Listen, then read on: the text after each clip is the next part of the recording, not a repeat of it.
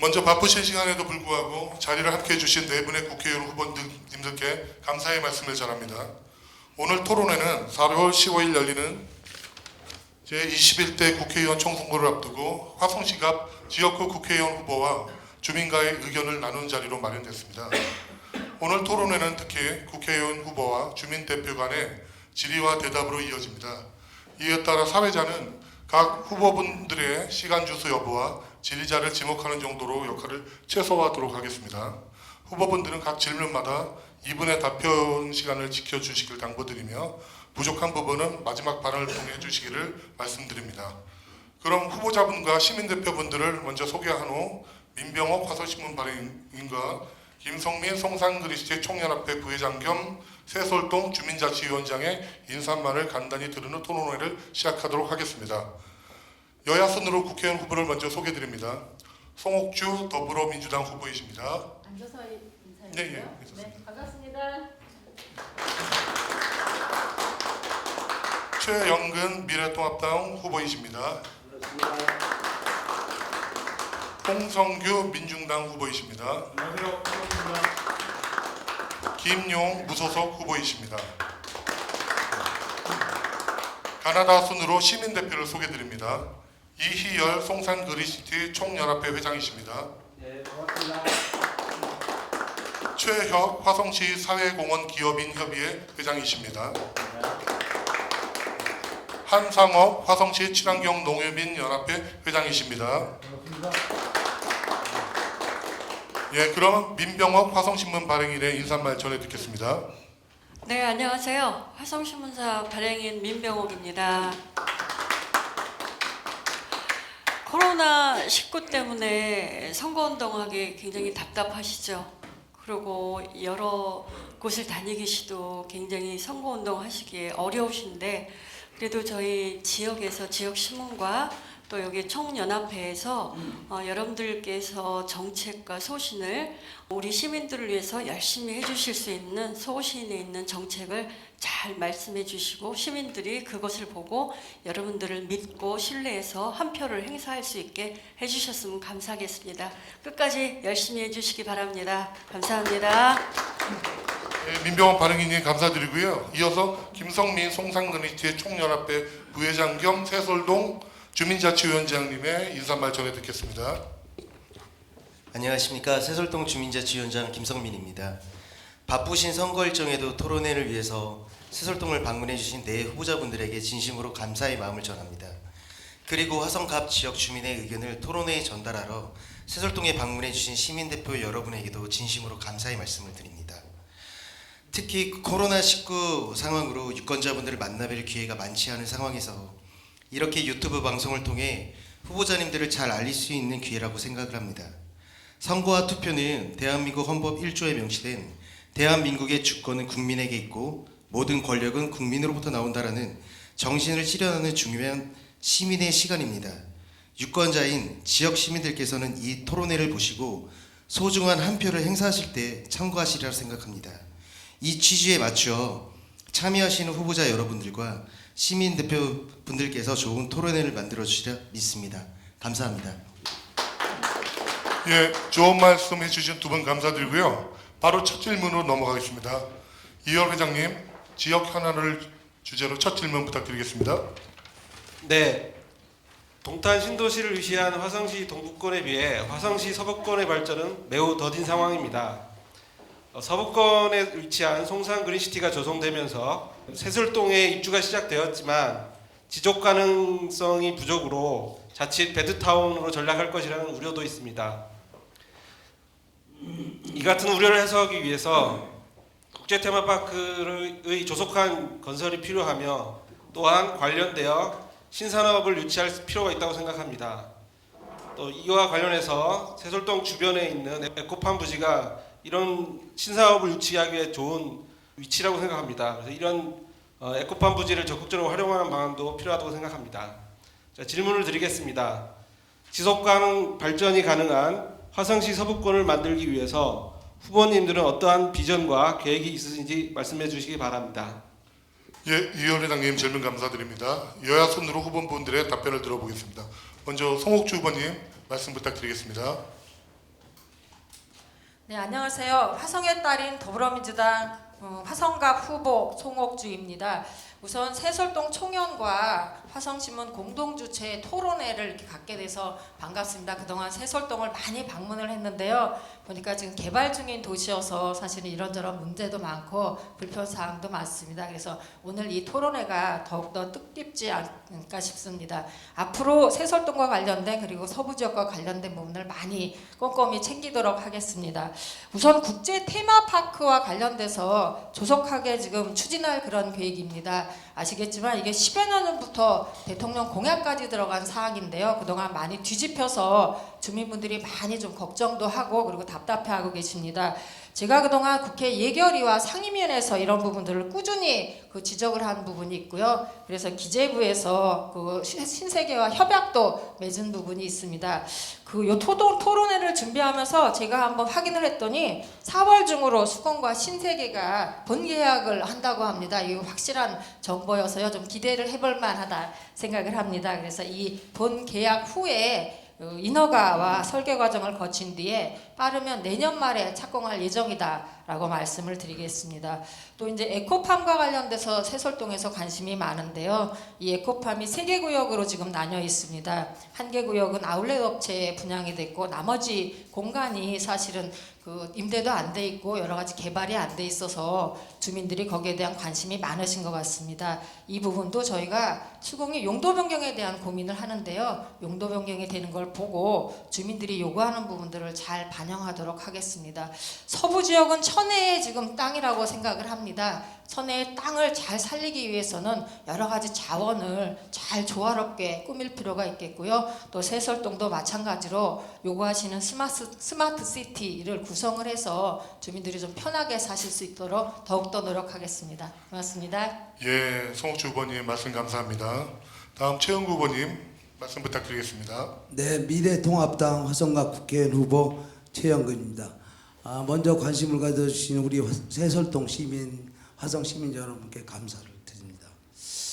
제가 2010년도에 화성시장을 그만두고 고향에 오랜만에 정치를 재개하게 됐습니다. 세솔동에 와보니까 동탄2 신도시처럼 2% 아니 10%가 좀 부족하다. 그래서 베드타운화된 도시다. 그래서 먼저 계획을 말씀드리기 전에 화성시장이 지방정부로서 수공에서 인수를 할 때 각종 자족 기능이 가능한 인프라 시설을 다 받아놓고 인수했었으면 어떻겠나. 그래서 결국은 행정력이 많이 부족하지 않나. 우리 신세계 테마파크와 관련해서도요. 제가 10년도에 화성시장 재직 시절에 유니버설 스튜디오를 유치했습니다. 원래 15년도에 완성이 되고 전철까지 들어올 계획이었는데 이게 무산되고 신세계 테마파크가 들어왔습니다. 저는 행정력 중앙부처의 행정고시 출신이기 때문에 아마 행정도 알고 네트워크로 아마 잘 해결할 것 같습니다. 그래서 지금 2033년에 완공한다고 하는데 더 빨리 하지 않을까. 그것은 과거의 제 행적을 보면 알 수 있다고 생각을 합니다. 특히 교통 인프라 관련해서도 신안산선 민자 유치로 하는데 제 생각은 그거와 더불어서 안산에 4호선이 들어와 있습니다. 제일 가까운 역에서 세솔동에 1km당 1,000억이면 합니다. 그러면 화성시가 시민들을 위한다면 반만 되면 됩니다. 예산이 3조입니다. 결국은 행정력, 추진력이 중요하지 않나 저는 그렇게 생각합니다. 예, 최영근 후보님 말씀 감사합니다. 다음으로 홍성두 후보님 말씀 부탁드리겠습니다. 예, 반갑습니다. 럭키세븐 기호 7번 인중당 홍성규입니다. 먼저 오늘 인사말이 서두에 없었기 때문에 특히 이번 선거는 코로나19 사태로 많은 시민들께서 깜깜이 선거가 되지 않을까 우려하고 계신데 이렇게 좋은 자리를 만들어 주셔서 고맙다는 인사를 먼저 드리겠습니다. 화성 서부 지역에 대해서 저는 오래전부터 기회의 땅이라고 말씀을 드려왔습니다. 발전에 대한 개념을 다시 이야기를 해봐야 될 것 같습니다. 화성 서부 지역을 동탄처럼 아파트 단지를 무조건 다 밀어넣는다고 해서 서부 지역이 발전되었다 이렇게 얘기할 수 있겠습니까? 서부 지역만의 비전이 필요합니다. 한반도에서 보면 서부 지역은 서쪽 끝이지만 이제 평화와 통일 그리고 번영의 새 시대가 온다면 화성 서부 지역은 중국과 남북을 아우르는 가장 교통의 요지이자 중심 지역이 될 것입니다. 서해안 평화 시대의 새로운 국제 거점 도시. 이것이 제가 화성 서부 지역의 비전으로 말씀드리는 내용입니다. 우리는 이 비전을 만들어 나가기 위해서 50년을 내다보는 계획들을 세워야 합니다. 이런 계획이 부재한 것이 현재 화성시의 가장 커다란 문제라고 할 수 있을 것 같습니다. 이런 견지에서 저는 에코팜보다도 그리고 테마파크보다도 우리 송산 공룡알 화석산지에 국립자연사 박물관을 건립하자는 제안을 드리고 있습니다. 에코팜 같은 경우는 농민들이 반대하고 있습니다. 기업에만, 우리 농업을 지금 무너뜨리는 일이 아닌가, 기업에만 이윤을 몰아주는 일이 아닌가, 이런 제안이 있기 때문에 이것보다도 오히려 대한민국에는 아직 OECD 국가들 중에서 국립자연사 박물관이 없는 나라 중에 하나입니다. 어느 곳보다도 입지 조건이 좋은 이곳 송산 공룡알 화석산지에 국립자연사 박물관을 유치한다면 화성은 경제력에 버금가는 문화와 교육에서도 그 정도의 수준을 갖는 새로운 비전을 가질 수 있을 것이라고 생각합니다. 이상입니다. 예, 홍성규 후보님 감사합니다. 김용 후보님 마지막으로 말씀 부탁드리겠습니다. 네, 기호 9번 무소속 후보 김용입니다. 오늘 이 자리를 만들어 주신 화성신문과 또 송산 그린시티 총연합회 여러분에게 감사드리고요. 여기 지속 가능한 발전이라는 게 참 중요한 키워드인 것 같은데 전제 조건이 하나 있어요. 화성에서는 서부권이 발전하기 위해서 바로 군공항이 화성호에 들어오면 안 됩니다. 여기가 평화지대로 가야 지속 발전이 되겠죠. 그죠? 그래서 저는 군공항 이전을 반대하고 또 제 명함 카피에 있듯이 대통령 산하의 서부권 지속발전위원회를 구성해서 경제도약을 하자는 겁니다. 정치인들이 전문성 없이 이런저런 공약을 내세운다고 해서 선거 끝나고 나면 그만인 케이스가 너무 많죠.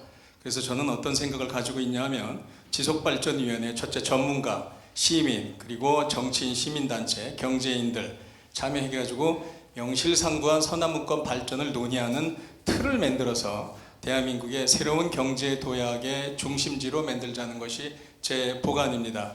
그래서 동북아 최대 혁신 DNA를 갖춘 그런 상하이를 능가하는 도시를 만들자는 것이 제 구상이고요. 제 나름대로 동북아 최대 벤처밸리를 만들고 물론 국제 테마파크 조기 착공돼야 되겠죠. 그 다음에 또 화성 노동인권문화센터라는 것도 제가 제시를 했습니다. 물론 이거는 저의 제시입니다. 하지만 더 중요한 거는 전문가가 참여하는 그리고 이 땅의 그림을 아마추어적인 정치가들이 마음대로 그리게 해서는 안 돼요. 그래서 저는 분명히 얘기하지만 서부권 지속발전위원회를 만들어서 새로운 그 지역 정치 발전 모델을 제시하고 새로운 거버넌스를 만들 생각을 가지고 있습니다. 감사합니다. 네 분의 말씀 모두 잘 들었습니다. 바로 두 번째 질의를 시작하겠습니다. 최혁 회장님, 지역 현안에 대한 질의 부탁드리겠습니다.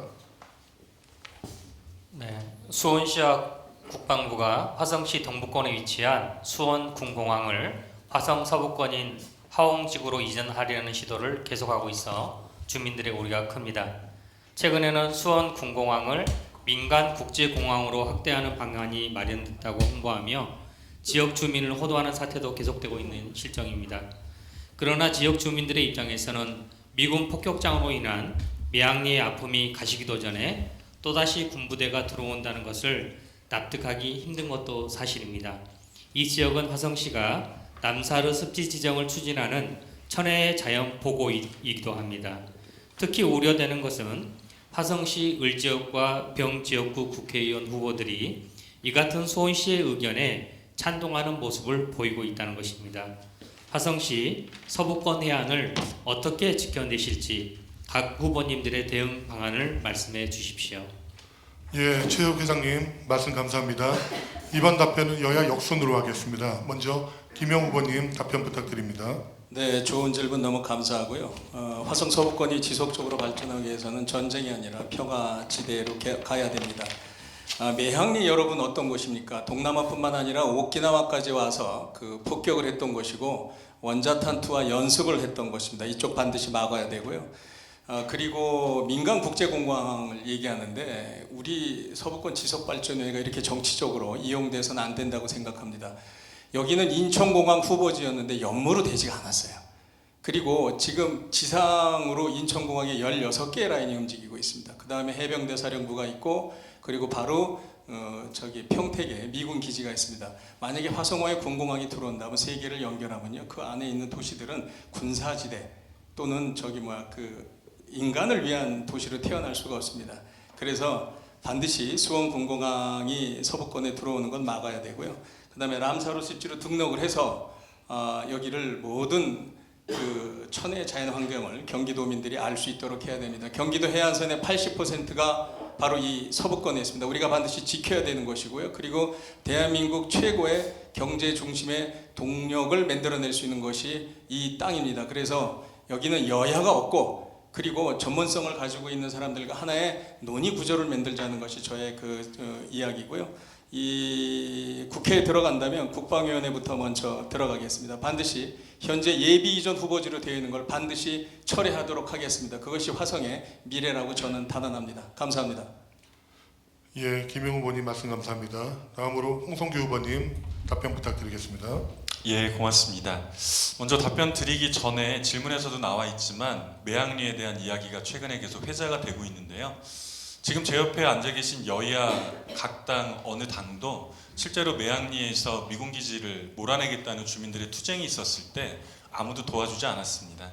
거꾸로 사실은 그 투쟁을 짓밟는 데 일조했던 그런 역할들이 있었습니다. 그리고 투쟁 때문에 저희 선거대책위원장이기도 하신 전만규 위원장님 같은 경우도 수없이 옥고를 치르기도 했습니다. 그 부분에 대한 먼저 그 점검과 진단이 있어야 이유를 얘기할 수 있을 것 같고요. 저는 수원군공항 이전 반대 범시민대책위원회 자문위원을 했습니다. 그리고 수원군공항 이전 이야기가 나오자마자 지역 주민과 함께 열심히 싸워왔습니다. 하나부터 열까지 수원군공항 이전은 말이 안 되는 일이었습니다. 군공항은 군사시설이잖아요. 국가안보시설에 대해서 국방부나 나라 전체적인 점검이 전혀 없이 기초자치단체만의 어떤 그 약속으로 이전할 수 있다. 이것도 말이 안 되는 거고요. 처음부터 출발이 잘못된 군공항 이전법에서 출발한 것도 말이 안 되는 일입니다. 그리고 제가 아까 화성 서부 지역의 비전을 말씀드린 것처럼 평화와 번영의 새 시대를 갈구하고 있는데 이 한복판에 거대한 군사기지를, 군공항은 군사기지입니다. 이걸 놓겠다는 건 말이 안 되는 거고요. 주민들의 반대에 부딪히니까 경기남부국제공항이라는 이름만 바꿔서 꼼수를 쓰려고 하는 것 또한 도저히 용납할 수 없는 일입니다. 저는 사실은 유력 후보들께서 뭐 집권 여당의 힘 내지는 강한 정당의 힘 이런 얘기를 말씀하시는데 그 집권 여당의 유수한 국회의원들이 수원에서 미래통합당과 더불어민주당 소속 국회의원들 모두가 다 군공항 이전을 지금 공약으로 걸지 않았습니까? 당 내부에서 당론부터 정리를 하시지 않은 상태에서 과연 이전을 반대할 수 있겠다고 말씀하실 수 있는 건지 이 부분을 좀 강하게 지적을 하고 싶습니다. 이상입니다. 예, 홍성규 후보님 감사합니다. 다음으로 최영근 후보님 말씀 부탁드리겠습니다. 이제 정치가 바뀌어야 된다고 생각합니다. 국민의 행복 시대입니다. 민생 정치를 해야 되는 시대입니다. 이 문제가 제가 화성시 일대죠. 700년 고향입니다. 매항리 사건 때부터 저는 전만규 위원장하고 같이 아픔을 같이 했습니다. 이 시작이 전제가 잘못됐다고 생각하는데요. 특정 지역, 특정 정치인 목적에 의해서 이게 시작되었고 애당초 국방부에서 국가적 차원에서 검토가 이루어지지 않은 겁니다. 그래서 절대 올 수도 없고 오면 안 된다. 저는 왜 민생 정치를 얘기하냐면 화성시장 때 이 아픔이 있는 군공항 때문에 피해보는 주민들을 위해서 제가 먼저 한 게 학생들한테 학습이 방해되는 것을 위해서 내가 뭐를 도와줄까. 그래서 유리창도 두꺼운 유리창도 했고 또 병점을 위해서 우리 화성 시민들을 위해서 보상 대책을 같이 수립해서 지금 보상을 나가고 있습니다. 수원 군공항 비행단장을 만나서 군사상 꼭 필요하더라도 최소화해달라. 야간에 훈련을 하지 말라. 그래서 저 화성시장 때는 정말 민원이 거의 없었습니다. 이 시작부터가 잘못됐다. 그리고 화성의 문제는 화성이 해결한다. 수원의 문제를 화성에 떠넘기지 말라. 애당초 민주당에서 시작됐고 문재인 정부에서 이게 시작된 겁니다. 그래서 이 지역에 저는 청년 신도시를 만들고 스마트팜, 예전 화성시장 때 그렸던 것을 반드시 다시 실천을 하겠습니다. 예, 최영구 후보님 말씀 감사합니다. 송옥주 후보님 답변 부탁드리겠습니다. 네, 화성시 서남북권 해안을 지키기 위해서는 수원 군공항 이전이 반드시 반대되고 폐지가 되어야 된다고 생각을 합니다. 그래서 많은 후보님들께서 같은 생각이신 거고요. 그리고 수원시가 지금 선거를 틈타서 수원시에 있는 정치인들이 여야를 떠나서 선거를 틈타서 정치 공세를 지금 하고 있는데요. 그런 부분들을 즉각 중단해야 된다라고 그렇게 주장을 합니다. 군공항은 화성시와 화성시 주민들이 반대를 하면 절대 들어올 수가 없습니다. 그런 부분들을 명심을 하시고요. 지금 또 수원에서 이렇게 공세를 취하는 그리고 민간공항과 관련돼서는 사실은 그 관할이 국토교통부입니다. 국토교통부에서 전혀 이 부분에 대해서 검토를 하고 있지는 않은데 그걸 마치 검토가 진행 중인 것처럼 그렇게 호도하는 부분도 큰 문제라고 생각을 합니다. 그런 부분들은 주민들께서 그런 부분들에 현혹하지 않는 부분들이 저희가 화성시의 서남북권 해안을 지키고 또 온전하게 화성을 화성답게 화성의 서부 지역을 서부 지역답게 지킬 수 있는 그런 지혜라고 저는 생각을 합니다. 그래서 저는 수원 군공항 이전과 관련된 대안을 검토를 하고 있습니다. 사실은 몇 년 전에 저희 토론회를 한 부분이 있는데요. 수원 군공항 이전 대신에 그 부분을 습지 지역으로 보전하는 부분들이 있습니다. 람사르 습지는 그 후고요. 환경부를 통해서 습지 보호 지역으로 지정하는 절차를 거치고 있습니다. 그래서 천혜의 자원을 잘 보존을 해서 우리 보물을 지키는 부분이 적절하다라는 생각이 듭니다. 또 한 가지는 군공항 이전은 옆 지역끼리 자치단체끼리 상생을 훼손하는 그런 아주 치명적인 공세라고 저는 생각을 합니다. 점진적인 폐쇄만이 정답인 부분인 거고요. 이 건과 관련돼서 화성과 또 수원에 있는 많은 시민단체들께서 공감을 하고 있습니다. 선거를 마치면 수원에 계신 우리 정치인들과 또 화성에 있는 정치인 또 뜻있는 분들끼리 점진적 폐쇄에 대한 현명한 대안을 좀 마련할 자리를 마련하겠습니다. 예, 송옥주 의원님 말씀 감사합니다. 네 분의 말씀 모두 잘 들었고요. 세 번째 질문은 한상업 회장님께서 해주시겠습니다. 회장님, 지역 현안에 대한 질의해 주시죠. 네.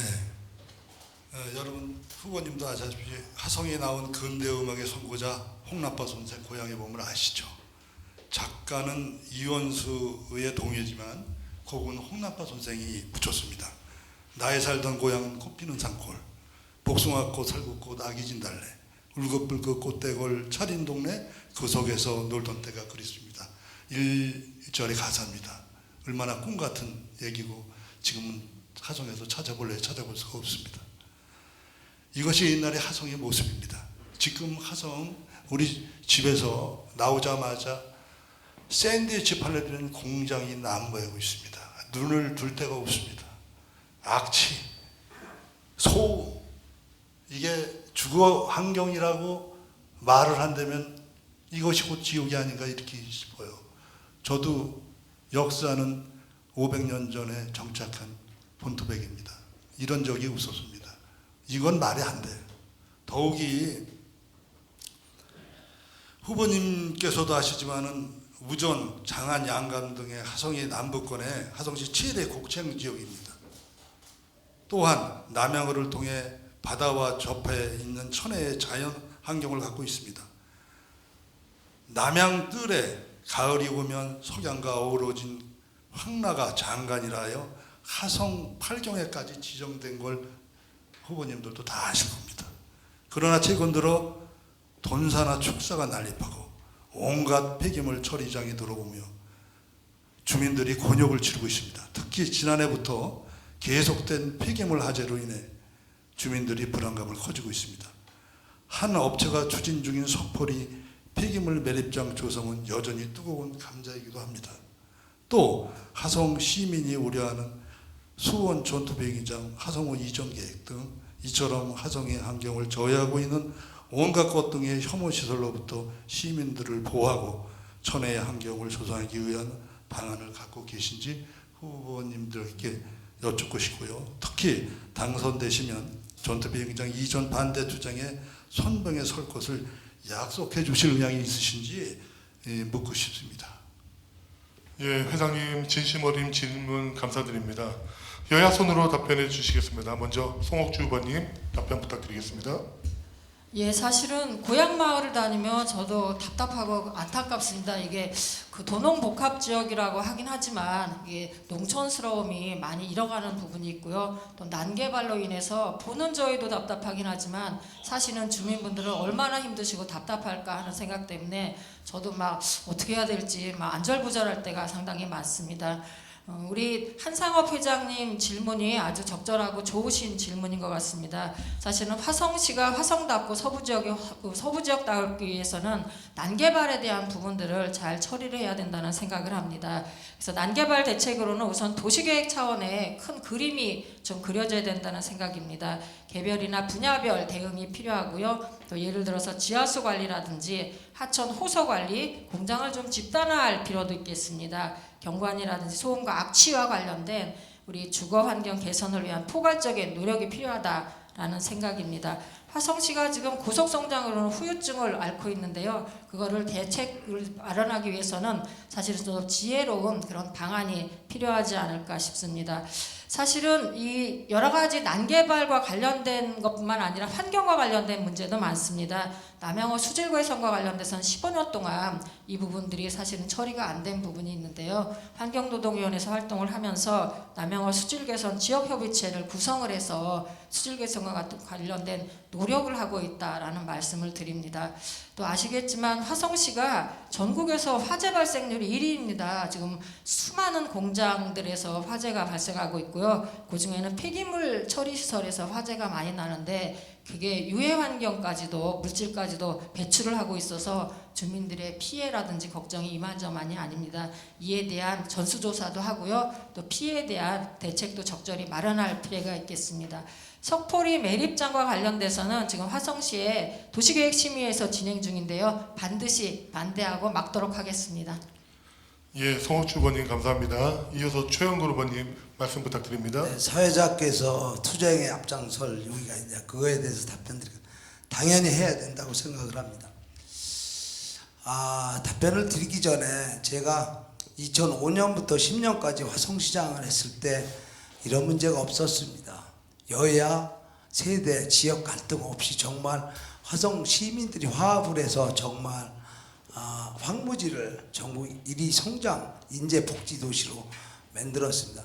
10년도에 화성시장을 그만두고 와서 지금 발생한 게 군공항 이전 문제 화성호, 그 인근의 각종 폐기물 시설, 장안뜰의 축사 대규모 허가.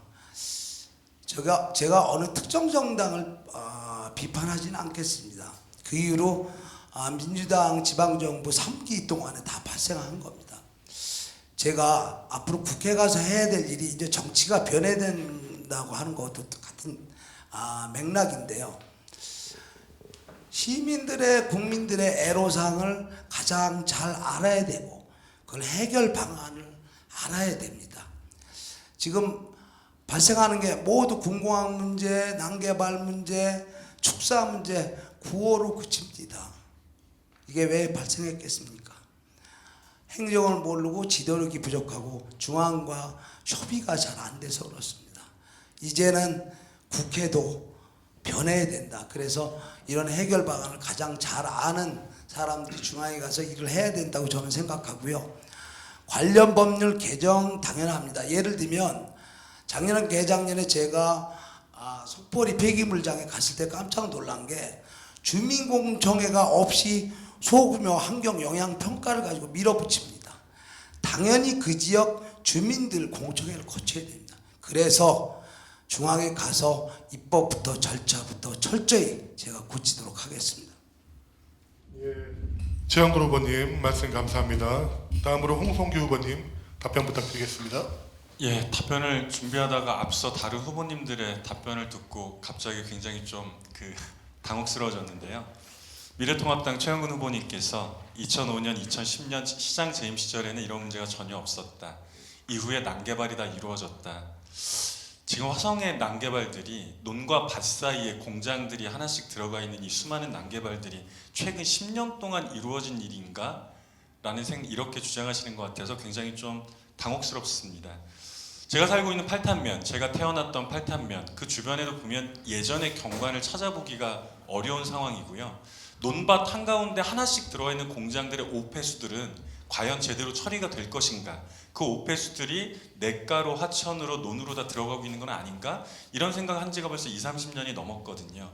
환경 문제 제기하신 건데요. 화홍방조제 얘기를 안 할 수가 없잖아요. 원래는 바다를 다 막았다가 시와호처럼 다 썩어서 죽은 바다가 되니까 지금 해수를 유통시키고 있거든요. 이게 최근에 10년 동안 벌어진 일이 아니죠. 30-40년 동안. 그래서 저는 화성에서 지역의 정치를 책임져 오셨던 선배 정치인들께서 이 문제에 대해서 엄중하게 사실은 돌아보실 지점이 있다. 서울의 1.4배나 되는 화성시에서 제대로 된 중장기 도시계획조차 수립하지 못할 정도로 우리는 지금 앞만 보고 뛰어왔는가. 저는 대학에서 도시공학을 전공했습니다. 이후에 화성의 중장기적인 전망을 세워야 된다면 전문가들 뿐만이 아니라 시민들까지 포함한 이런 가칭 화성시 도시계획위원회를 새롭게 꾸려서 화성의 전망을 만들 수 있어야 된다고 봅니다. 아까도 잠깐 말씀드렸지만 거기서 논의하는 발전에 대해서 우리는 다시 검토해봐야 됩니다. 동탄과 같은 신도시를 서부 지역이 다 지을 수는 없습니다. 과거와 같은 패러다임으로 화성의 발전을 얘기할 수는 없다는 거죠. 서부 지역의 천혜의 자연 경관, 환경 문제 이런 것들을 돋보이게 하고 내세울 수 있는 이런 새로운 발전의 경로를 우리는 그려볼 필요가 있습니다. 예, 후보님 말씀 감사합니다. 마지막으로 김용 후보님 답변 부탁드리겠습니다. 네, 지속 발전을 우리가 하자는 것은 화성시의 미래를 담보하자는 거죠. 그러기 위해서는 기업형 폐기물이 들어오는 걸 강력하게 막아야 됩니다. 저는 3년 전부터 운평리 폐기물 대책위원회하고 몸으로 같이 맞서서 투쟁을 했고요. 그다음에 석포리도 마찬가지입니다. 현재 운평리는 잘 막아냈다고 생각하고 있고요. 또 석포리도 반드시 막아야 된다고 생각합니다. 근데 현재 여기가 경기도 전국에서 화재 건수가 1위예요.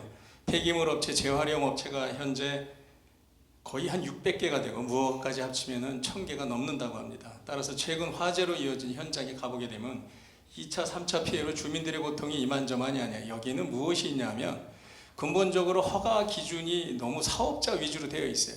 그러다 보니까 점검마저도 형식적일 수밖에 없고 적극적인 행정을 펴야 됩니다. 그래서 기준과 제도를 정비해야 된다고 보고요. 그 다음에 이 오염이 발생했을 때 사회적 비용이 있죠. 그러기 위해서는 주민 피해를 보상할 수 있는 주민피해 보상금 제도가 들어왔으면 좋겠고요. 국회에 간다면은 허가 기준과 처벌을 강화하는 쪽으로 법과 제도를 정비하도록 노력하겠습니다. 그 다음에 군공항 화성 이전 문제는 아마 여기서 제가 그 2016년도에 국회의원 나올 적에 깃발을 들었던 곳이고요. 현재 예비 이전 후보지로 묶여 있습니다. 반드시 국방위원회로 들어가서 예비 후보지를 털어내도록 하겠습니다. 그게 또 제 정치인으로서 의무라고 생각하고요. 이제 지속 발전을 위해서는 여야가 힘을 합쳐가지고 반드시 수원 군공항의 화성 이전은 막아야 된다고 생각합니다. 이상입니다. 예, 김용 후보님 감사합니다. 어느덧 세 번째 질문까지 마무리되었습니다. 이어지는 질문은 교통, 경제, 농업 등 분야별로 이루어지겠습니다. 먼저 이현 회장님, 교통 분야에 대해서 질의 부탁드리겠습니다. 예, 서철모 시장님이 민선 7기 핵심 공약으로 교통 문제 해결을 선정하고 추진 중에 있지만 여전히 주민의 기대에 미치지 못하고 있습니다. 특히 드넓은 화성 서부권의 대중교통 문제를 해결하기 위해서는 무엇보다 철도 교통을 확대하는 방안이 필수적이라고 생각합니다. 일례로 신안산선을 연장해서 세솔역과 국제테마파크역을 연장하고 이를 남양, 향남 등 화성시 서남부권까지 연장하는 방안을 요구하는 목소리가 큽니다. 특히 주민들이 요구하고 있는 철도 교통망 확충을 위해서는 화성시가 사전 타당성 검토 용역을 진행해야 함에도 불구하고 안타깝게도 저희 세솔역 쪽은 해당 용역을 진행하지 못하고 있습니다. 질문을 드립니다. 후보님들은 화성시 대중교통망, 특히 철도 교통망 확충에 대하여 어떤 보관을 갖고 계신지 말씀해 주시기 바랍니다. 예, 이현 회장님 좋은 질문 감사드립니다. 이번 답변은 여야 역순으로 하겠습니다. 먼저 김용 후보님 답변 부탁드립니다. 예, 좋은 질문에 감사하고요. 이 화성 서남부권의 교통 시스템이 굉장히 낙후되어 있습니다. 그리고 수원 군공항을 만들어서 서부권이 지속 발전을 한다고 가정했을 때 가장 중요한 것이 교통망입니다. 왜냐하면 일정 물적 자원들이 원활하게 유통이 돼야 하는 부분이기 때문에 세솔동 역사 신설하도록 하겠습니다. 세솔동 역사는 제가 국회의원에 당선이 된다면 내년 상반기에 제4차 국가철도망 계획이 발표될 것 같은데 그쪽에 반드시 세솔 역사 신설을 들어갈 수 있도록 노력하겠습니다. 그리고 당선되자마자 시장님 그리고 경기도 그다음에 수자원공사하고 상의해서 4차 국가 철도망 계획에 들어갈 수 있도록 하겠고요. 주민들로서는 당연한 세솔역 신설을 바라는 건 당연하다고 생각합니다. 이게 신안산선과 연결이 된다면 서울에서 여의도까지 30-40분에 갈 수가 있습니다. 그리고 지금 서해선 북선 철도라고 하는 거는 사실 처음부터 5년간은 화물선 위주로 돼 있어요. 이거를 제가 국회에 간다면은 여객 위주로 바꿔야 된다고 생각을 합니다. 또 서해선 북선 철도 투쟁도 그동안 주민들과 함께 해왔고요. 그 다음에 또 향남 쪽이나 이런 쪽에서는 수원까지의 접근성을 높이는 것이 굉장히 중요합니다. 일부에서는 신분당선을 끌어내리자고 하는데 저는 분당 수인선, 수원 오목동에서 봉담, 해병대역, 팔탄, 향남역까지 연정해가지고요. 수원까지의 접근성을 높이도록 하겠습니다. 그리고 현재 그 서부권 순환 트램이라고 하는 건 전기로 가기 때문에 보통 철도의 6분의 1의 가격이 듭니다. 그래서 정남, 양감, 향남, 월문, 조합, 매양리, 군평 이렇게 해가지고 쭉 트램으로 단절된 동서간의 교통을 아우르는 교통망을 구축하도록 하겠습니다. 다시 한번 말씀드리면 세솔동 역사 제4차 내년 상반기에 철도망 계획에 반드시 포함시키도록 노력하겠습니다. 이상입니다. 예, 김용 후보님 답변 감사합니다. 다음으로 홍성규 후보님 답변 부탁드릴게요. 예, 방송을 이제부터 보시는 분도 있을 것 같아서 럭키세븐 기호 7번 홍성규입니다. 조금 전에 도시공학을 전공했다고 말씀을 드렸습니다. 그 안에 교통 문제가 있습니다. 교통은 사람이 이동하는 데 있어서 굉장히 필요한 필수적인 요소들이죠. 특히 화성처럼 엄청난 면적을 가지고 있는 곳에서는 이 교류 문제는 굉장히 중요합니다. 질문 자체가 이 화성시의 대중교통 문제에 대해서 직접적으로 철도 문제를 제기하셨습니다. 신안산선이나 신분당선 등 현재 추진되고 있는 부분들이 있어서 제기를 하셨을 텐데요. 저는 조금 더 논의를 해보자는 말씀을 좀 드리고 싶습니다. 선거철이라고 해서 무리한 이야기들에 대해서 모두가 다 오케이, 내가 하면 다 하겠습니다. 이런 것들은 별로 그닥 썩 좋은 방도는 아닌 것 같습니다. 왜냐하면 이 철도 문제는요. 버스나 도로와는 달라서 이 화성시 내에만 국한되는 문제가 아니라 전국적인 체계, 보통 우리가 철도를 나라로 본다면 동맥이라고 표현하지 않습니까? 이 핏줄과 동맥과 관련한 문제인데요. 이게 정치적으로 잘못 가게 되면 우리나라에도 지금 이 철도 노선이 마구 비뚤어진 노선들이 있습니다. 정치적 이해관계에 따라서 철도의 본분을 망각하는 이런 경우가 있었던 것이죠. 제 직전에 김용 후보님도 말씀을 해주셨는데 예를 들면 서해선 같은 경우도 이 화성처럼 넓은 지역에서 지중화라는 말도 안 되는 요구들을 또 이제 제기를 하기도 했었습니다. 저는 이런 무리한 요구들에 대해서는 시민들이 상식적으로 합리적으로 함께 논의하고 판단할 수 있어야 한다고 생각을 합니다. 거꾸로 저는 이전부터 이 대중교통 시스템에 대해서 다른 제안들을 좀 드려왔습니다. 저는 철도 문제는 좀 더 논의를 해봅시다. 이렇게 좀 제안을 드리고요. 민중당은 진보정당으로서 대중교통 시스템을 무상으로 하자는 말씀을 좀 드립니다. 예를 들면 권역별 환승 체계를 갖추고 마을버스와 버스 노선들을 연결하면서 이 모든 문제들을 우리 또 장애인들은 이동권 문제가 되게 심각하거든요. 함께 무상으로 대중교통을 누릴 수 있는 이런 비전을 한번 만들어보면 어떻겠는가라는 부분에서부터 출발하도록 하겠습니다. 예, 홍성규 후보님 감사합니다. 다음으로 최영근 후보님 의견 부탁드리겠습니다. 다시 말씀드리겠습니다. 정치가 생활 정치로 변해야 된다. 국민의 애로사항을 알고 대안을 할 수 있는 사람이 국회도 가야 된다고 생각하고요. 세솔동 예를 들겠습니다. 전철 문제 전에 제가 알기로 안산의 사동 원곡동 푸르지오 아파트 도로가 폐쇄돼서 우리 세솔동 주민들이 10년 입주한 건 2년이지만 10년 동안 거기가 폐쇄돼서 출퇴근할 때 우회를 합니다. 그 원인이 안산의 민주당 시장, 시의장, 국회의원 다 관련됩니다. 시장이나 국회의원 할 일이 뭡니까? 민원이 있을 때 여야 안 가리고 지역을 안 가리고 협의를 하면 풀 수 있는 문제인데 이게 너무 구애에 그치지 않나. 저는 황무지 제 고향 화성시를 단 5년 만에 전국 성장 1위 복지, 인재도시로 만들었습니다. 물론 다른 후보들이 말했듯이 부족한 거 많습니다. 너무 안타까운 게 전철만 해도 그렇습니다. 가평, 양주 조그만 도시도 전철이 들립니다. 제가 계획한 대로 했다고 하면 2020년 안에 신안산선, 서해선, 신분당선 다 제가 계획했던 겁니다.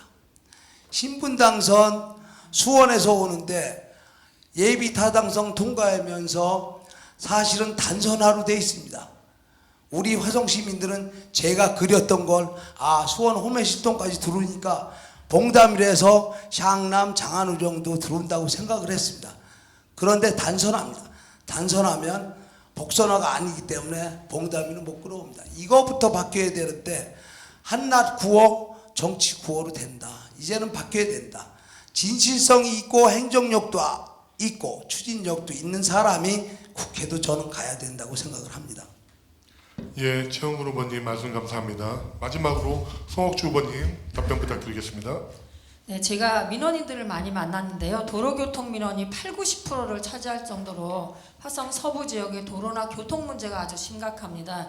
그중에도 저희가 선거운동을 하는데 많은 분들이 기차역이나 뭐 전철역에서 하면 되지라고 하는데 이 수도권의 화성에서 사실은 기차나 전철조차도 없습니다. 그래서 많은 주민들께서 불편하고 계시고요. 그런 의미에서 철도교통망, 광역교통망이 반드시 확충돼야 된다라고 생각을 합니다. 신안산설 황남과 남양으로 연장하는 부분은 제가 2019년 초에 본격적으로 검토를 시작을 했고요. 또 1년 넘게 국토부와 또 경기도 화성시 시행사의 운영자들과 함께 여러 차례 회의를 한 바가 있습니다. 올해 초에는 세설과 향남, 남양 주민들과 간담회를 거쳐서 이런 부분들이 현실 가능하다, 환승 체계라든지 여러 가지 시설적인 것만 점검하면 가능하다라는 판명을 받았고요. 또 화성시에서도 예산이 한 600억에서 운영비까지 1000억 정도가 소요가 되는데 화성시에서도 이 부분에 대해서 같이 하자라는 의견을 말씀해 주셨습니다.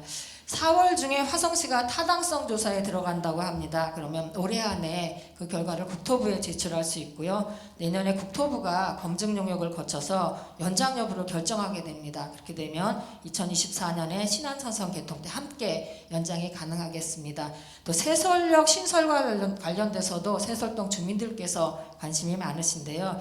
사실은 이 부분은 약간 신중 입장인 거로 알고 있습니다. 관계자분들께서 다만 인구 유입이라든지 신안산선의 경제성 확보라든지 여러 가지 주변 여건이 많이 확충이 되면 그때에는 세설역이 충분히 가능하다라는 부분이 있어서 현실적인 부분을 말씀드리면 좋겠고요. 그리고 우리 자꾸 최영근 후보님께서 민주당을 걸고 넘어지는데 그 사동 도로 통행은 민주당 정치인과 관련된 게 아니라 주민들이 불편하고 소음이나 여러 가지 교통체증 때문에 그렇다라고 말씀을 드리겠습니다. 예, 송옥주 의원님, 후보님 말씀 감사합니다. 네 분의 말씀 모두 잘 들었습니다. 이번에는 소상공인 등 경제 문제에 대해서 최욱 회장님께서 질의를 하시겠습니다. 최욱 회장님. 화성시는 매년 5만 명 이상의 인구가 증가하는 대한민국 최고의 역동적인 도시이자 전국에서 가장 젊은 도시입니다. 제조업체의 수 역시 경기도 최고를 자랑하며 최고의 생산성을 자랑하고 있기도 합니다. 반면에 난립되어 있는 제조장과 공장으로 인해서 화성시 전역의 난개발이 매우 심각한 수준입니다. 제대로 된 도시계획이 되어 있지 않아 출퇴근 시간에는 심각한 교통체증이 계속되고 또 정주 여건을 낮춰서 도시 성장을 방해하고 있기도 합니다. 저도 향남에서 여기 오는데 1시간 20분 걸리더라고요. 또 늘어가는 외국인 노동자들 문제, 또 동서 불균형 따른 일자리와 근무 여건, 임금 양극화도 발생하고 있는 게 사실입니다. 또 제가 기업인 연합회 총무도 한 6년째 보고 있는데 기업인들이 항상 하는 얘기가 직원 뽑기가 너무 어렵다는 거예요. 이게 교통 문제 때문에 특히 그렇더라고요. 그래서 뭐 여러 가지 문제가 많이 있긴 하지만 또한 지금 코로나19 사태로 인해서 투자, 고용, 소비 심리가 모두 최악인 이런 상황입니다. 그래서 화성시 경제를 보다 활성화시키고 고용을 창출시킬 수 있는 그런 의견을 좀 부탁드리고요. 이게 뭐 국회의원 한 번의 생각으로 될 수는 없는 거지만은 그래도 함께 헤쳐나갈 수 있는 방안을 생각해 놓으신 게 있으면은 좋은 의견 부탁드리겠습니다. 예, 체육회장님 좋은 질의 감사드립니다. 이번 답변은 여야 순으로 하겠습니다. 먼저 송옥주 후보님 답변 부탁드리겠습니다. 네, 저 코로나19로 인해서 많은 소상공인과 자영업자들 그리고 많은 주민들께서 지금 힘들어하고 계십니다. 그래서 생계 지원이라든지 여러 가지 재난기금을 마련해서 지금 그 부분을 지원하고 있는 부분인데요. 사실은 그런 거로 만족할 부분들은 아닌 것 같고 또 이 코로나19가 지속된다고 한다 그러면 사실은 이 부분들을 어떻게 대처해야 될지 집권 여당의 국회의원으로서 사실은 많은 우려와 걱정이 좀 있습니다. 많이 힘드시죠? 사실은 소상공인과 기업 관련된 부분들이 아이고 죄송합니다. 지금 목이 좀 가라앉은 부분이 있네요. 그래서 사실은 이게 소상공인과 관련된 부분들은 저희가 많은 긴급 자금이라든지 취약계층에 대한 그 금융 부담을 완화하고 있는 부분들이 있고 예산도 사실은 50조 원과 관련된 비상금융 조치도 조성하고 있고요. 또 화성시 차원에서도 소상공인과 취약계층 그리고 많은 비정규직 근로자들을 위해서 예산을 지금 투입하고 있는 부분들이 있는데 그런 부분들로 만족하지 못한 부분들이 있어서 송구스럽다는 그런 말씀을 드리겠습니다. 사실은 우리 최혁 회장님도 말씀드리지만 화성시는 구직보다는 구인난이 훨씬 심각하다고 봅니다. 그런 부분들이 죄송합니다. 그런 부분들이 도로교통의 문제도 있지만 근로자들에 대한 복지시설도 좀 더 확충돼야 된다는 그런 생각이 들고요. 또 산단 배후도시와 관련돼서 교육문화의 요건을 강화할 필요도 있겠습니다. 점진적인 산업구조도 개선할 필요가 있겠고요. 또 친환경 산업단지, 첨단 산업단지 그런 부분도 구성할 필요가 있겠습니다. 또 사회적 경제도 활성화할 필요가 있겠고요. 또 지역화폐도 활발하게 운영을 해서 지역 순환경제를 구축할 필요가 있다라고 생각을 합니다. 예, 송옥주 후보님 답변 감사합니다. 다음으로 최영구 후보님 답변 부탁드릴게요. 답변 시간이 많이 주시면 좋은 질문인데요. 제 특기인데 요즘 코로나19 사태로 시민들 만나면 숨이 막힌다, 내일이 없다, 절규합니다. 이거를 우리가 우습게 넘길 게 아니라고 생각하는데 학자들 말이 이 코로나 사태가 진정되고 나서 200만 실업자가 새로 생성된다고 저는 봅니다. 정치는 결과로 말을 해야 된다고 생각을 하고요. 간단하게 저희들 꼭 하고 싶은 말이 있습니다. 구직 또는 실업수당, 우리 집권정부는 찔끔찔끔 포퓰리즘만 하고 있습니다. 문제는 200만 대실업에 대비한 실업대책이 근본적으로 있어야 된다고 저는 생각을 하고요. 이번에 저희 미래통합당에서 정말 해고가 아닌 실질적으로 즉각적으로 지원 대책을 마련을 했습니다. 100조 예산. 왜 이게 필요하냐는 여러분들 더 잘 아실 겁니다. 낚시하는 방법 그거까지죠. 여기까지는. 또 먹이를 주는 것도 좋습니다. 하지만은 해고가 안 되는 그러한 대책이 필요하다. 화성에 요트보트 산업을 제가 짧은 기간에 했습니다. 이게 자동차 보급가는 전후방 연관 효과가 있는 대단한 산업입니다. 지금 뱃놀이로 전락했습니다. 이곳에 신세계 테마파크에 유니버설 스튜디오를 제가 유치했습니다. 엄청난 효과가 있는 산업입니다. 저는 결과로 말씀을 드리겠습니다. 5년 짧은 기간 동안에 이것을 다 유치한 장본입니다. 뭐를 알고 대안을 알고 넓은 시야를 가지고 있습니다. 결과로 말씀을 드리겠습니다. 예, 최영구 후보님 답변 감사합니다. 다음으로 홍성규 후보님 말씀해 주십시오. 예, 홍성규입니다. 질문지를 사전에 보내주셨는데요. 제일 곤혹스러운 질문이 사실은 이 5번째 질문이었습니다. 왜냐하면 전문에 보면 굉장히 다양한 문제들을 거론을 해주셨어요. 예를 들면 난립돼 있는 아까 이제 남개발 문제, 교통체증 정주 여건 문제, 외국인 노동자 문제 이렇게 했지만 결국 질문은 이제 경제 문제가 아닐까 이렇게 이제 일단 이해를 했습니다. 코로나19 사태가 굳이 아니더라도 물론 지금 코로나19 사태가 이게 몇 년이 갈지 이 전 세계 판도를 어떻게 바꿀지는 지금 아무도 모르는 상황이긴 한데요. 이것이 아니더라도 우리 노동자, 농민, 서민들의 삶은 팍팍한 상황이었습니다. 저는 이 경제 문제를 제기하시면서 사실 이제 기업인 협의회에서 이 질문을 해주셨는데 이건 역시 우리가 여전히 과거의 패러다임에 갇혀 있는 건 아닌가 이런 생각이 들었습니다. 노동자 대표가 아무도 없잖아요. 경제의 일 주체는 노동자들입니다. 저는 민주노총 조합원이자 민주노총 후보이기도 합니다. 화성시에도 한국노총 사업장, 민주노총 사업장들이 많이 있습니다. 이 노동자 대표들을 좀 불러서 경제 문제에 머리를 좀 같이 맞댔다면 다른 이야기들도 나오지 않았을까 이런 고민이 좀 들었습니다. 촛불혁명 때 가장 많이 나왔던 것이 최저임금 1만 원이었잖아요. 3, 4년 지났는데도 아직 1만 원 되지 않았습니다. 1만 원 받아도 3인 가구, 4인 가구 살 수가 없습니다. 두 번째는 방향에 대한 이야기를 좀 드리고 싶습니다. 과거의 구산업 구조를 그대로 유지하면서 신산업 구조로 나아갈 수는 없습니다. 제조업들은 사실은 점점 더 어려워질 수밖에 없고요. 새로운 산업들은 나올 수밖에 없죠. 저는 학교 비정규직 노동조합의 화성지회의 교육위원인데요. 벌써 10년째 하고 있습니다. 학교 비정규직 노조, 학교의 급식 식당은 이전엔 없었던 것 아닙니까? 최근에 요양보호사 노동조합도 생기고 있는데 요양보호사라는 것도 이전에 없었던 직업들 아닙니까?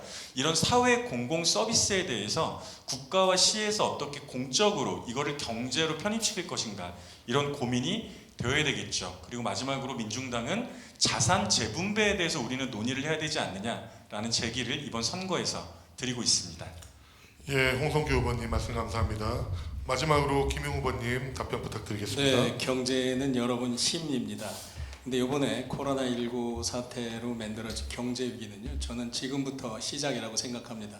왜냐하면 여러분들이 2008년에 부동산 버블로 알게 금융위기, 그 다음에 IMF 때하고는 좀 틀려요. 왜냐하면 사회적 거리두기라고 하는 것은 경제활동을 위축시키고 밑으로 붙여 서민 경제가 어려워지면서 경제 상황이 악화되고 있는 지금 상황이에요. 그래서 사회적 거리두기에서는 경제 활동이 위축되기 때문에 정부가 직접 개입해야 됩니다. 국민이 어려울 때 국가가 개입하는 건 아주 당연한 겁니다. 그래서 소상공인과 자영업자들에게 큰 피해를 줄 수밖에 없는 구조고요. 국가와 자치단체가 적극적으로 개입해서 긴급이란 말을 쓰는데 긴급 재난지원금을 당연한 수순으로 그 국민들한테 나눠줘야 된다고 생각합니다. 지금 화성시가 1차 추경 때 아마 1,300억 정도 지금 추경 예산을 만든 걸로 알고 있어요. 그래서 아마 지난 25일에 소상공인들 아마 112곳에 아마 1억 1천만 원이 지급됐다고 하는데 저는 지역 경제를 살리고 소비 경제 위축을 더 살리기 위해서는 2차 추경 때 더 과감하게 실시해야 된다고 생각해요. IMF 때 우리 어떻게 살았습니까? 공적 자금으로 살았잖아요. 근데 서민들이 아픈데 할까 말까 고민하는 자체가 근본적으로 잘못됐다고 생각하고 있고요. 또 저소득층, 특수고용직, 그 다음에 자영업자, 중소기업까지 확대해서 대규모로 실시했으면 좋겠고요. 이 지역 경제를 활성화하기 위해서 화성시 하나 제의하고 싶은 건 뭐냐면요. 그 경제인, 시민들, 기업인들로 구성된 화성시 지역 경제 활성화를 위한 비상대책기구를 만들었으면 좋겠다는 게 사실은 제 생각을 가지고 있습니다. 그리고 국회에 간다면은 코로나19 시스템에 대해서 잘했다 못했다가 아니라 국민들에게 낱낱이 이제는 뭐 이 안보 차원에서 접근을 하기 때문에 낱낱이 국민에게 공개하겠고요. 그리고 경제 문제에 대해서 활성화하는 방안을 적극적으로 검토하고 추진하도록 하겠습니다. 예, 김용 후보님 말씀 잘 들었습니다. 네 분의 말씀 다도 잘 들었고요. 이번에는 한상업 회장님께서 농업 등 1차 산업에 대해서 질의해 나가시겠습니다.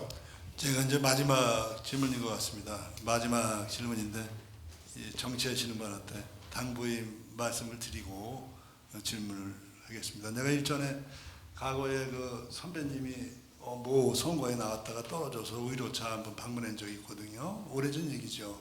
그랬더니 그 선배님이 하시는 말씀이 이런 얘기를 하더라고요. 내가 시민을 사랑하지 않았어. 이런 얘기를 하더라고요. 그래서 난 그 당시에 그게 무슨 뜻인가 했는데 나중에 알고 보니까 맞더라고요. 사실 여러분들 국가와 민족을 또 시민을 사랑하십시오.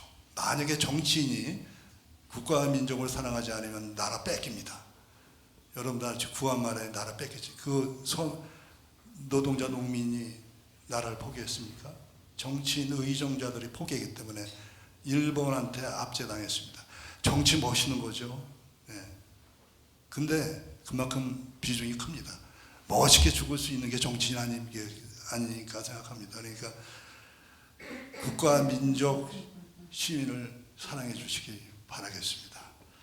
질의에 들어갔습니다. 하성시는 서울특별시 1.4배에 달하는 면적을 자랑하고 있습니다. 또 도시, 농촌, 어촌이 어우러진 대한민국의 수도권 같습니다. 또 경기도의 대표적인 도농복합도시로서 전체 인구 84만여 명 중 농업 인구가 8만 2천 명에 달합니다. 농가 호수도 2만 8천 호가 되고요. 경지 면적은 2만 7,900 헥타르입니다. 경기도에서 가장 넓습니다. 여기에 수많은 농가, 어업인이 자리하는 등 1차 산업이 매우 활성화되어 있습니다. 다만 식량 안보 차원에서 1차 산업은 포기할 수 없는 중체에 대한 사안임에도 불구하고 화성시의 1차 산업은 FTA 등으로 인해 큰 어려움을 겪고 있다고 합니다. 친환경 농업 등 미래 먹거리에 대한 후보님의 견해와 어떻게 화성시 1차 산업을 발전시킬 수 있는지 고견을 후보님께 드립니다. 예, 회장님 질문 감사합니다. 이번 답변은 여야 역순으로 하겠습니다. 먼저 김용 후보님 답변 부탁드리겠습니다. 네, 친환경에 대해서 관심을 많이 가지고 있는데요. 제가 농사를 지어본 적이 없어서 제가 답변을 잘 할 수 있을지는 모르겠습니다만 아마 그 1차 산업이 인류 역사상 가장 오래된 업종이고 인류의 소중한 자산이 아닐까 합니다. 그래서 그동안 우리 먹거리에 대해서 어떤 그 교육을 받았냐면 식량 안보 차원에서만 접근한다고 했는데 이제는 식량 주권 차원에서 접근해야 된다고 생각합니다. 이제는 누구나 안전한 먹거리를 지속적으로 공급받을 수 있다는 것이 국민의 당연한 권리로 인식이 돼야 된다고 생각하고 있고요.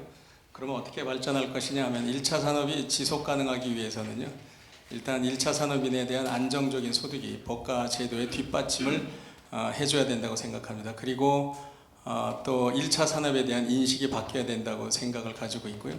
그리고 또 지속적으로 발전하기 위해서는 청년들이 1차 산업에 적극적으로 뛰어들 수 있는 그런 환경이 조성됐으면 좋겠다고 생각합니다. 그리고 1차 산업에 대한 도시근로자의 최저임금제가 있듯이 최저가격 보장제도 실시했으면 좋겠고요. 그 다음에 1차 산업이 가지고 있는 생태적 기능이라든지 그런 어떤 문화적 기능을 함께 공익적 가치로 인정할 수 있는 그러한 그 사회적인 분위기가 형성됐으면 좋겠습니다. 그리고 우리 교육 과정에도 1차 산업에 대한 이해를 높이는 과정이 있었으면 좋겠어요. 왜냐하면 서양 같은 경우나 선진국은 노동에 대해서도 이미 다 교육을 하고 있거든요. 그래서 저는 수원전 투비행장 막아내고 화성호 간척지에 그 친환경 공익형 그 복합 영농단지를 만들어서 여기서 청년 귀농학교도 좀 하고 또 여러 가지 안정적인 영농을 구축할 수 있는 그런 분위기를 만들었으면 좋겠고요.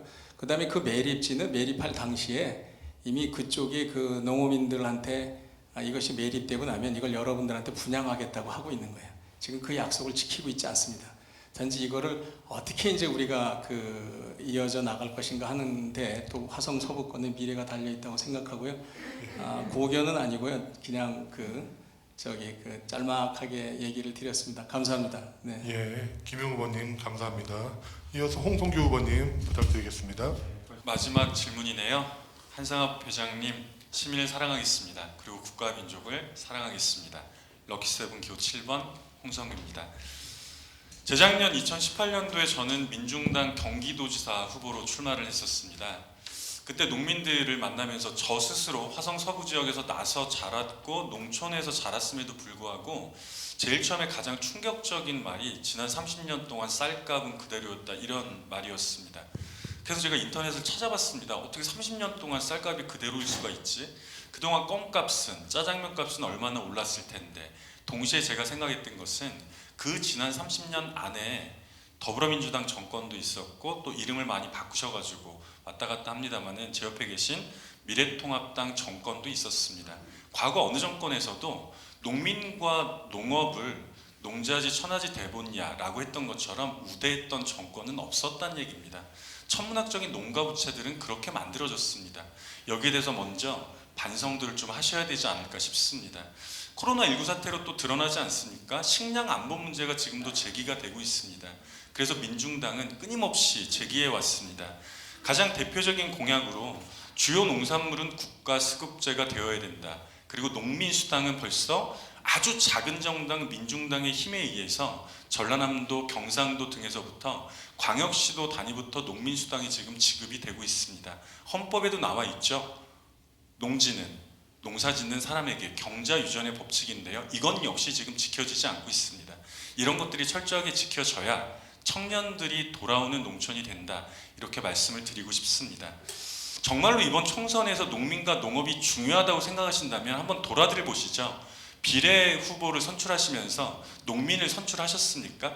민중당은 단 한 석 있는 작은 정당이지만 농민 전략 명부를 비례 2번으로 할당했습니다. 김영호 전 전농 의장님이 민중당의 비례 2번 농민 후보입니다. 이렇게 표현이 되는 것입니다.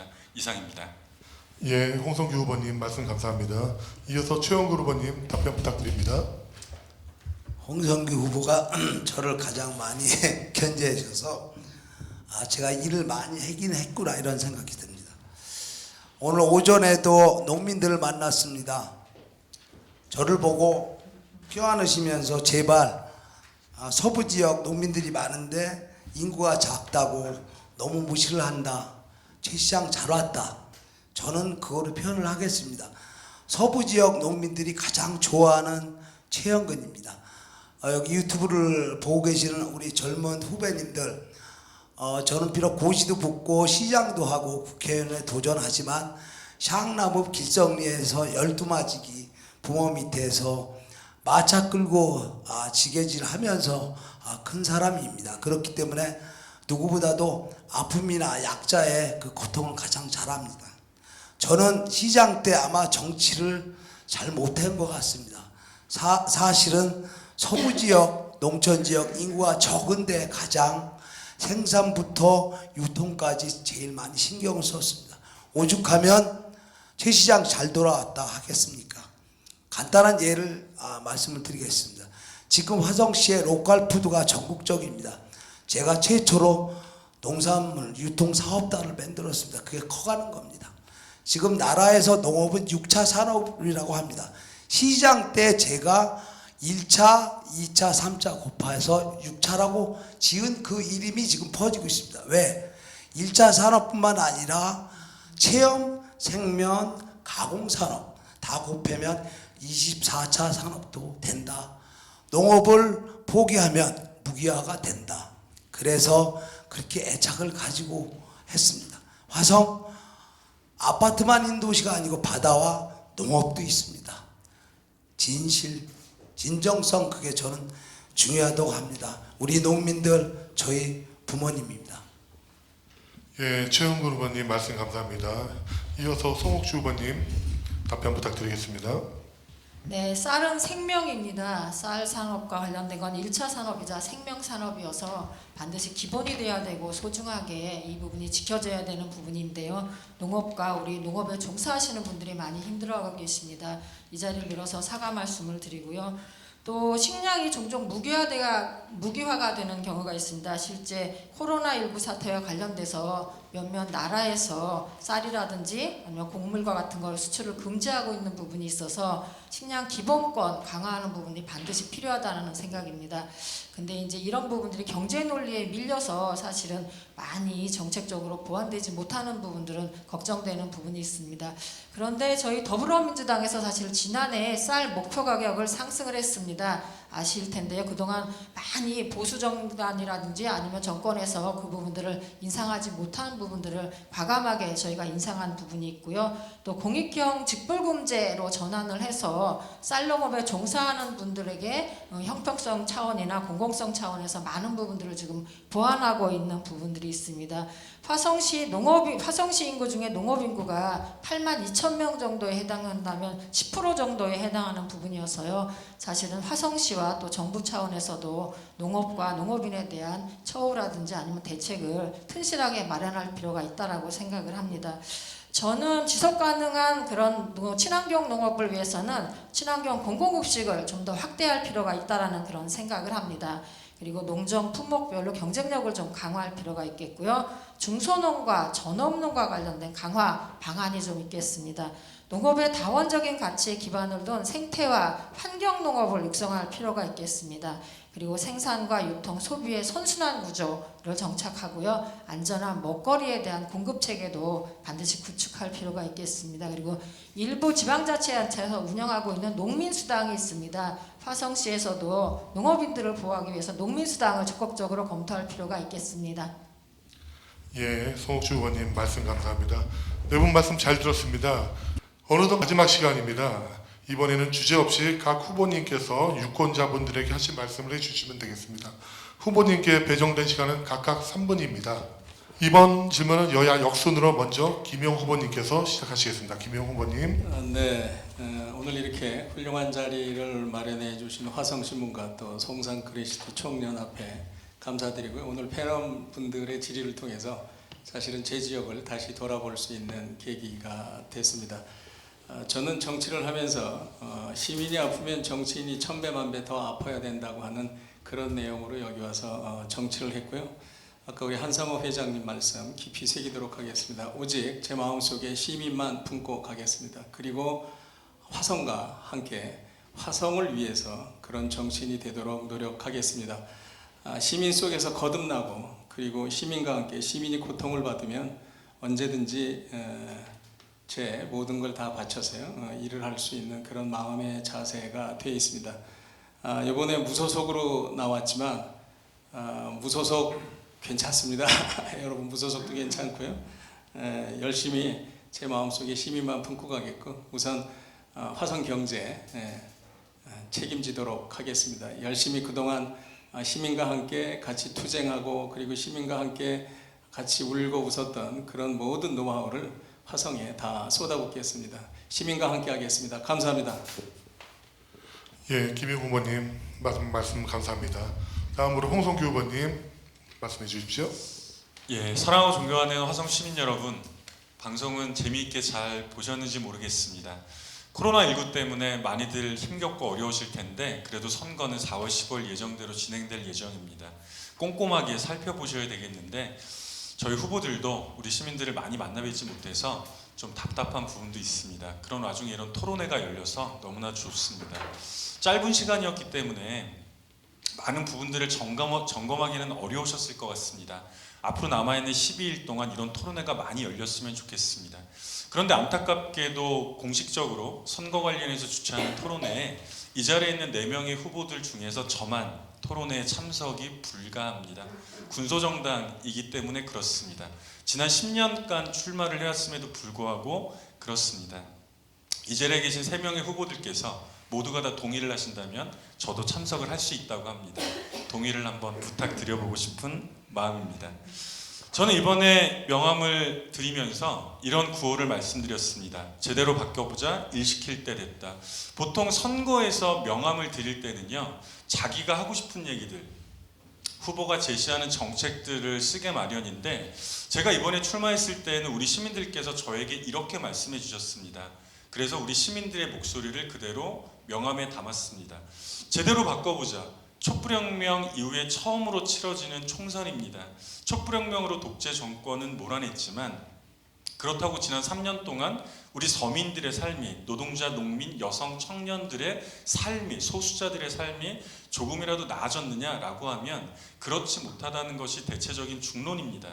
적폐청산과 사회 대개혁이 여전히 필요하다고 생각하고 있습니다. 그래서 제대로 바꿔보자라는 말씀을 하셨습니다. 1번에서 2번으로, 2번에서 1번으로 여러 번 바꿔보셨는데 그놈이다 이런 말씀도 하셨습니다. 그래서 제대로 바꿔봐야 된다. 민중당의 홍성규가, 진보정치의 한길을 걸어왔던 홍성규가 적임자가 아니냐 이런 말씀을 해주셨습니다. 그래서 이제 일 시킬 때 됐다라고 하시는데요. 이번 국회의원, 화성갑의 국회의원 선거만 4번째입니다. 그리고 화성시장 선거와 경기도지사 선거까지 하면 7번째 출마를 하고 있습니다. 지난 10년 동안 있었던 일입니다. 진보정치, 서민정치를 만들려고 한 길을 걸어오면서 시민들 곁에 있으면서 있었던 일입니다. 이번에 한번 일을 시킬 수 있도록 자리를 한번 만들어 주시기를 간곡하게 부탁드리겠습니다. 행복한 미래를 꿈꾸기 위해서는 용기가 필요합니다. 1번이나 2번이 아닌 사람을 중심으로 뽑는 선거도 역시 용기가 필요합니다. 이번 다가오는 4월 15일 날 우리 82만 모든 시민들에게 그런 용기가 샘솟는 날이 되기를 간곡하게 바랍니다. 고맙습니다. 지금까지 럭키세븐 기호 7번 홍성규였습니다. 예, 홍성규 후보님 말씀 감사합니다. 다음으로 최영구 후보님 마지막 말씀 부탁드립니다. 장시간 시청해 주신 우리 유튜브 또 화성시민 여러분께 진정으로 감사드리고요. 사실은 우리 김영 후보, 홍성규 후보, 송옥주 후보 어떻게 보면 저보다 더 능력이 더 뛰어나실지도 모릅니다.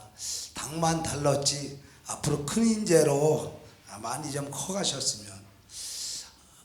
제 별명이 일 잘하는 사람, 사람 냄새 나는 사람입니다. 아까 말씀드렸듯이 시골에서 자라서 대한교육원 포항제철 거쳐서 29살 때 행정고시 붙고 47살 때 구원투수로 제 고향에 시장을 했습니다. 그 당시 살인사건으로 유명했었죠. 제가 얼마나 안타까웠겠습니까? 여기가 자라면서 제가 독립운동 발산한 지 대단한 도시입니다. 땅이 넓죠? 삼성, 현대, 기아, 중소기업이 있죠. 농업이 있고 바다가 있습니다. 그런데 와보니까 황무지예요. 그래서 제가 그렸습니다. 이것은 세계 25대 도시가 될 만한 곳이다.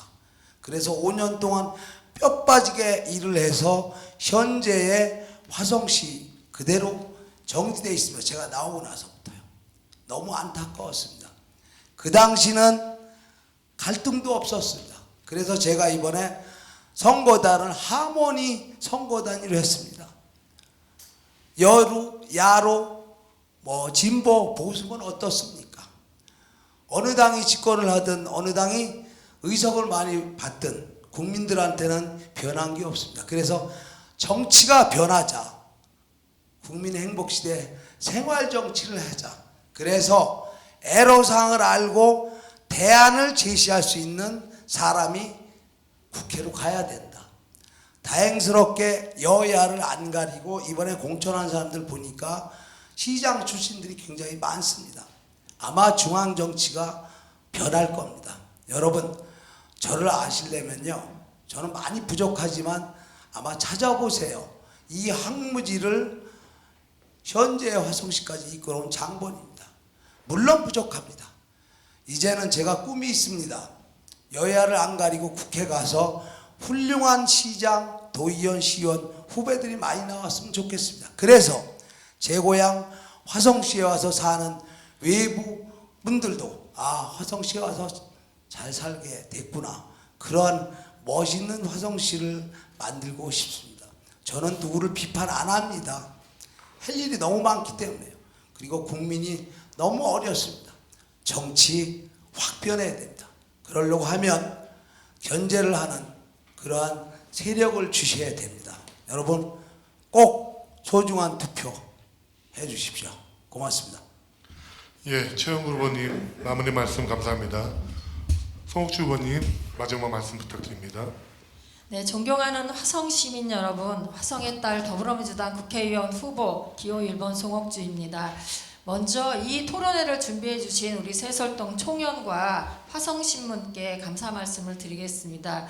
또 코로나19로 인해서 많은 분들이 지금 힘들어하고 계십니다. 이거를 극복하기 위해서 지혜를 발휘하고 계신 모든 국민께도 존경의 마음을 표합니다. 제 고향은 화성입니다. 여기 계신 분들이 거의 화성 출신이긴 한데요. 화성을 정말 명품 도시로 만들고 화성의 보물을 잘 엮기 위해서 저는 화성이 좋은 선택을 해야 한다고 봅니다. 지금까지 화성이 동서 불균형과 관련된 불만이 있고요. 낙후됐다는 말씀을 하시는데 그런 부분들이 좋은 정치인을 뽑지 않았다고 저는 생각을 합니다. 정말로 화성을 위하고 화성을 사랑하는 사람을 선택해야 된다고 저는 생각을 합니다. 화성 갑 지역은 저희 당에서는 10년 동안 험지였습니다. 그동안 보수 세력이 이 지역을 관리를 한 부분들이 있는데요. 이제는 그런 부분들이 변화돼야 된다고 봅니다. 정말 화성을 위한 진정한 일꾼이 누구인지에 대해서 현명하게 판단할 필요가 있겠습니다. 저는 비례대표 의원인데요. 고향에 내려와서 오랫동안 활동을 했습니다. 그동안 수많은 사람을 만나고 수많은 민원을 해결을 했습니다. 크고 작은 민원을 해결하면서 우리 고향에 대해서 정말 너무 안타깝다, 답답하다, 이런 부분들을 왜 그동안 못했을까 하는 자조 섞인 그런 생각을 한 적이 많습니다. 이제는 그런 부분들에 대한 답답함보다는 우리 스스로가 그런 부분들에 대한 훌륭한 선택이 필요하다는 생각이 듭니다. 자화자찬 같기는 하지만요, 하면서 참 성실하게 열심히 잘한다, 진정성이 있다, 그런 말씀을 많이 들었습니다. 그래서 지금도 다니면 너 참 열심히 했지, 그런 말씀을 들어서 용기 100배 하면서 다니고 있습니다. 사실은 화성이 발전하기 위해서는 힘 있는 집권 여당의 후보가 필요합니다. 지금 정책과 예산을 끌어오기 위해서는 청와대나 정부나 경기도나 화성시나 또 국회의원이나 같은 당이 돼야지만 지금 화성 곳곳에 지금 산지에 있는 민원들을 전 해결할 수 있다고 봅니다. 단순한 민원이 아니고요, 지혜를 모을 수 있다고 봅니다. 이번에 재난 기본소득과 관련돼서도 경기도와 화성시가 손잡고 그런 부분들을 상향한 부분이 있고요. 또 사실은 화성시에서 재난 기본소득을 10만 원으로 처음에 책정을 했는데 화성 서부 지역이 많이 어렵기 때문에 100% 상향 조정하자라고 제안한 부분을 화성시가 받아들여서 이번에 20만 원을 지급하게 되었습니다. 그런 부분도 서로 소통이 가능해야지만 발전할 수 있다고 봅니다. 여기 많은 후보님께서 지역 발전을 말씀하셨는데요. 그런 밑바탕이 되지 않고는 쉽지가 않다고 저는 생각을 해서 주민분들의 현명한 판단이 필요합니다. 이제야말로 화성갑 지역에 변화가 불어야 된다고 저는 생각을 합니다. 4월 15일 날 반드시 기호 1번을 찍어주시고요. 시간 안 되시면 사전투표 아시죠? 고맙습니다. 장시간 감사합니다. 예, 송옥주 후보님 감사합니다. 네 분의 마지막 발언을 끝으로 모든 일정이 마무리되었습니다. 오늘 자리는 화성시 갑 시민 여러분이 직접 선정한 질문을 후보들께 여쭙고 답변을 들어보는 시간이었습니다. 아무쪼록 유권자분께서 후보분들을 선택하시는데 도움이 되셨으면 합니다. 그리고 오늘 실시간 중계된 이 동영상은 저희 화성신문 홈페이지 ihsnews.co.kr에서 다시 보기가 가능합니다. 들어오셔서 다시 한번 후보분들을 선택하는 데 도움이 되셨으면 좋겠습니다. 오랜 시간 함께해 주신 네 분의 후보분들과 시민 대표분들께 다시 한번 감사의 말씀을 전합니다. 고맙습니다.